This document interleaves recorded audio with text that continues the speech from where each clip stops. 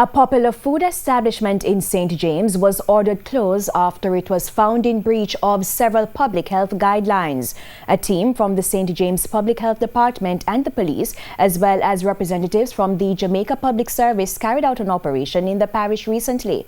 We have more from TVJ's Kalisha Williams. Contaminated food, illegal electrical connection, non-functioning equipment, persons operating without food handler's permit. You name it, it was breached. A crackdown at a restaurant along Barnett Street in Montego Bay, St. James, in full swing. We sought to seize and condemn these foods, and it will be transported to the retirement dump. The police, public health inspectors and representatives from the Jamaica Public Service, all part of the initiative dubbed Restore Paradise. We will be visiting all restaurants and food establishments in the parish.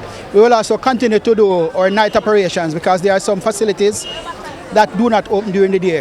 And this initiative tends to take place 24 hours a day until we restore paradise here in Montego Bay, St. James. There is a call for residents to report suspicious business owners to the police or the Public Health Department to ensure the public health standards are maintained throughout the parish. Kalisha Williams, TVJ News.